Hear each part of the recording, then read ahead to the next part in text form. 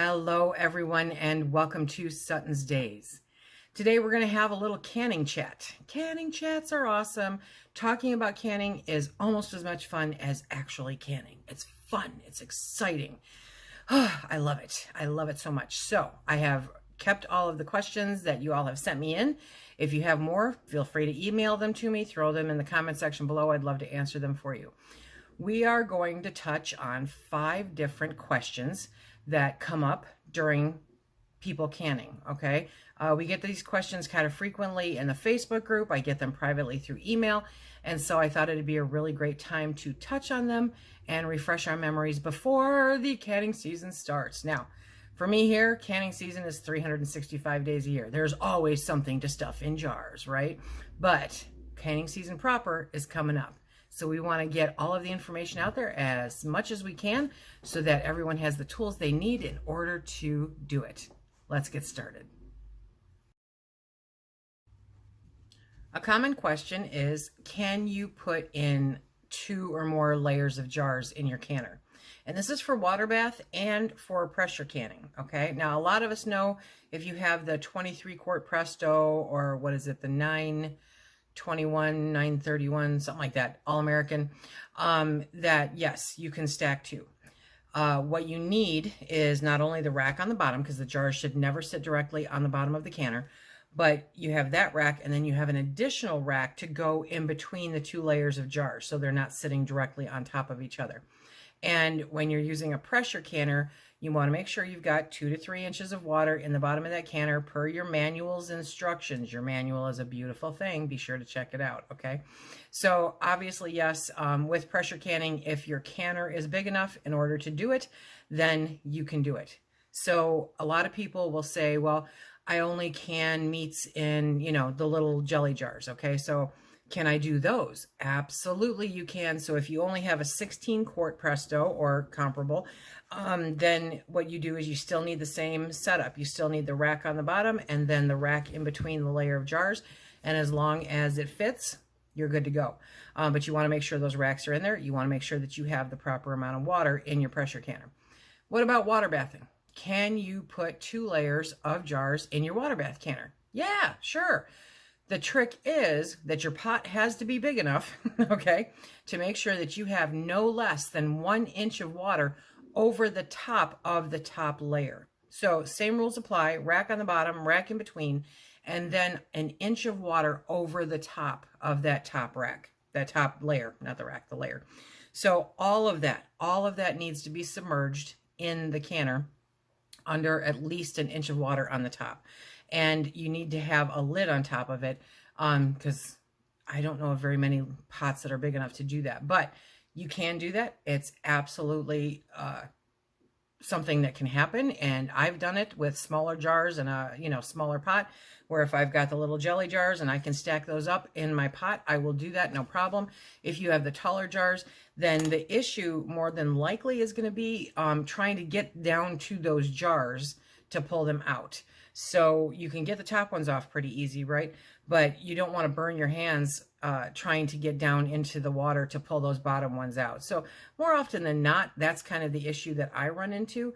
If I'm doing 8-ounce jars, then I need to make sure that I can reach the jars without scalding my hands. So something to take into consideration. But other than that, you absolutely can do it. Not a problem. So yes, you can stack your jars. A very frequent question that we get is people will find discoloration on the insides of their lids when they go to open them up, okay? So you have pressure canned chicken or whatever, and you open it up and it looks like black stuff on the inside of the lid, right? And it really scares a lot of new canners. So if you haven't run across it before, or if you're brand new to canning, then let me calm you down, okay? If you have canned everything at the proper, complete process, okay? If you've pressure canned it correctly according to your altitude, your area, right pressure, right amount of time, you've stored it in a cool, dry place, dark, blah, blah, blah, then yes, It is perfectly harmless. What it is there are natural compounds in some foods that cause this to happen.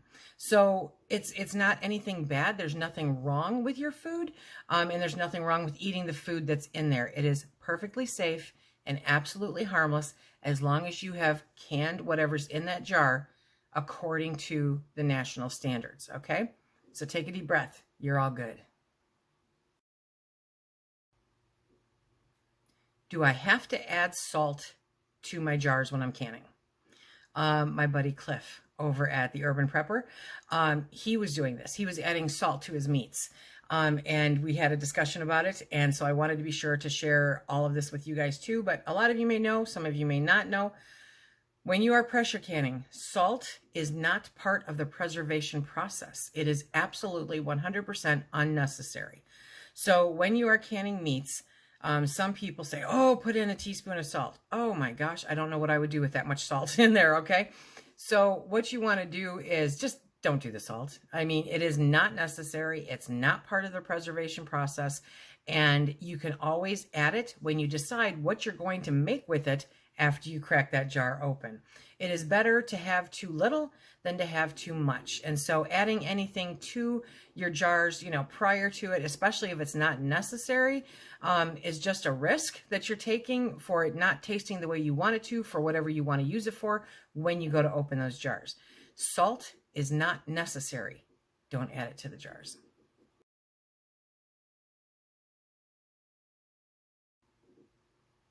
Can I can my fruits without sugar? That's a common question, especially when you're dealing with diabetes or diet restrictions or something like that, right? You want to be able to not have to add the sugar because it's not necessary. Here's some good news for you. You don't have to have the sugar. It is not part of the preservation process. What? I know. For a long time, I thought that it was also, but when I started doing research, I found out that it's not part of the preservation process. So when you are making things like a simple syrup, okay, if you're canning fruit and you're using a simple syrup, sometimes people will use a very, very, very, very light simple syrup, right? And you don't have to do that. You can just can it in water. So why the sugar? Because the sugar makes it taste better. It brings out those natural flavors even more intensely. It has a better flavor to it. If some people may disagree, but let me know in the comment section below. Do you think sugar adds to the flavor of canned fruits? You don't have to add it. You can simply add water to your fruit, can it that way, and you are good to go. It's perfectly safe. There are no issues. Now, when it comes to jam and jelly recipes, I highly recommend doing tested recipes, but you can play with the sugar.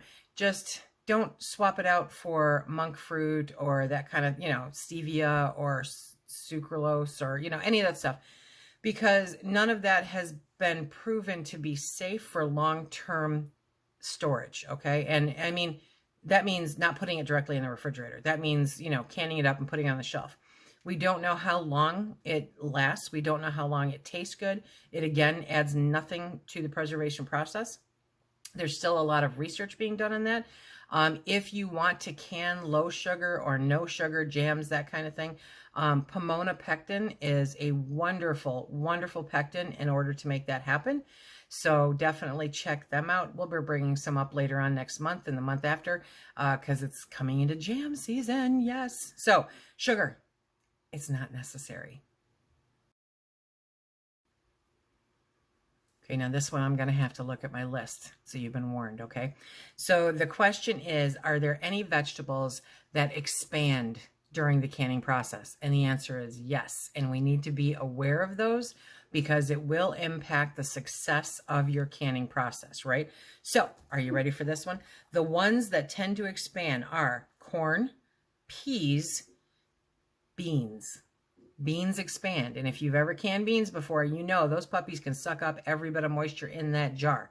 Corn, peas, and beans, they will expand. They will take away that moisture. So when you are canning them, you want to have a little more liquid than what you think, because during the canning process, they will expand and increase the jar. This could cause lid failures. This could cause siphoning, any number of things, okay?